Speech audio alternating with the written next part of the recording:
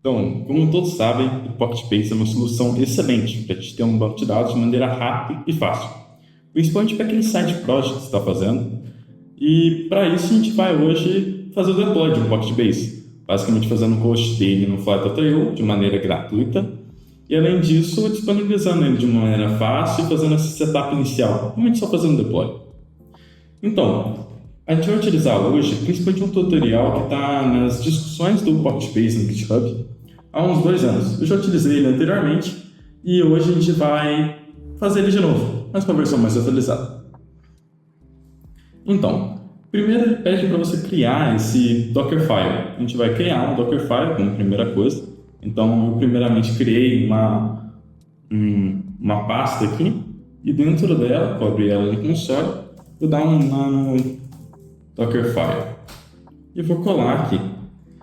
A única coisa que eu vou alterar vai ser a versão. Como a gente pode ver no próprio repositório, a última versão lançada foi a 27.2.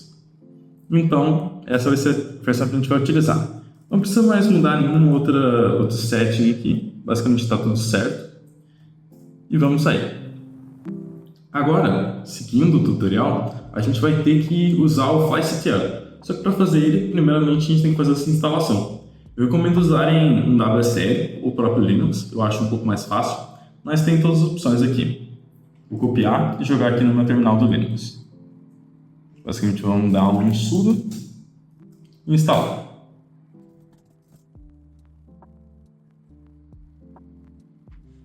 Instalação completa, a gente vai pegar esses dois caminhos aqui que eles falam para a gente exportar. Primeiro caminho exportado. Segundo caminho exportado, e agora a gente tem ele funcionando com o flyctl de maneira completa. Para continuar o nosso tutorial, eu vou fazer direto o alt login, porque eu já tenho uma conta. Então ele vai me redirecionar para fazer o login, vou continuar com o meu usuário. Agora eu vou seguir para o próximo ponto, que é basicamente fazer o nosso launch, fazendo um build only com o nosso Dockerfile. Como vocês podem ver, eu apenas preciso especificar o Dockerfile se ele tiver um diretório diferente. Mas como eu abri no mesmo diretório, vamos apenas executar. Ele já reconheceu o Dockerfile. Não quero fazer nenhuma alteração. Talvez sim, vou fazer alteração de nome. Então vamos chamar isso de teste YouTube. Vamos ver se está de porta. Se é tudo certo. Então vamos fechar essa aba. Agora a gente vai seguir para o próximo. A gente vai estar vendo aqui todos os ajustes, toda a alteração, foi o que a gente fez. Confiram esses pontos específicos. A próxima coisa vai ser criar um volume para a gente conseguir guardar nossos dados, para eles persistirem no banco.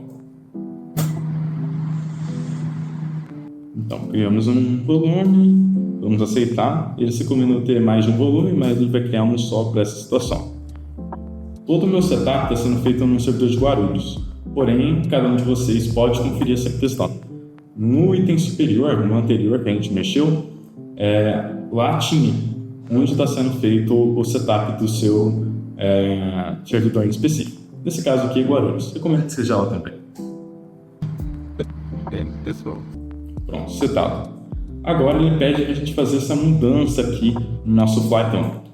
Vocês podem perguntar onde isso está, mas isso está na mesma pasta. Então a gente vai dar simplesmente um nano no nosso fly.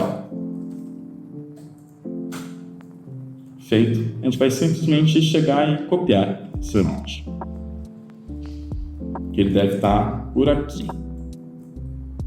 Agora eu vou fazer simplesmente uma alteração, que na minha opinião essa parte aqui de auto-stop tem que ser false.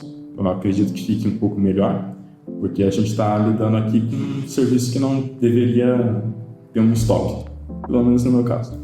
Mas podem deixar isso como padrão, e quantidade mínimas de máquinas rodando eu deixaria 1, porque eu também quero que o serviço se mantenha. Ele vai começar automaticamente, então não tem muita necessidade de fazer esse setup. Só que é o setup que eu uso de maneira padrão. Como podem ver aqui, a região primária é Guarulhos.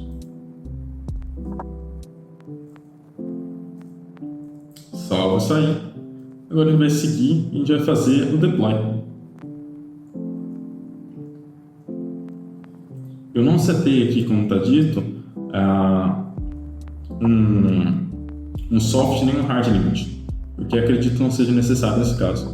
Mas se tiver alguma possibilidade de ter muitos requests, sim, é uma possibilidade, mas vai de cada uma das situações. Aqui a gente está fazendo setup mínimo para qualquer projeto. A gente vai fazer o deploy.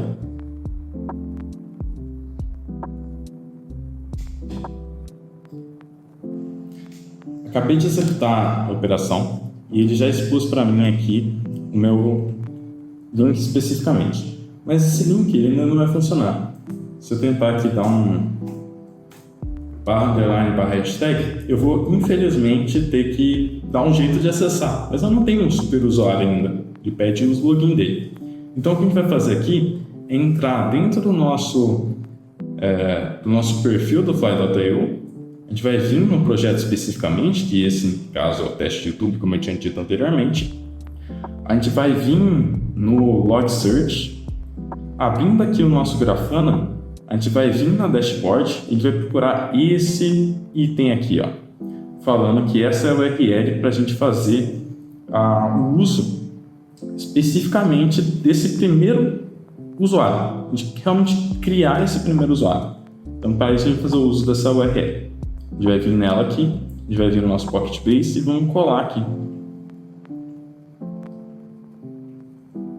E vamos voltar no começo da URL.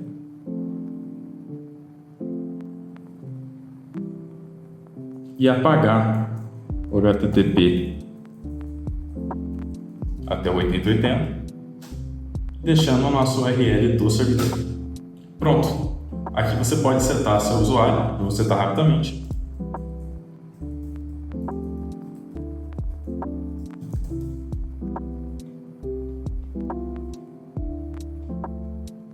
E temos acesso ao seu mais novo servidor de maneira gratuita e muito fácil.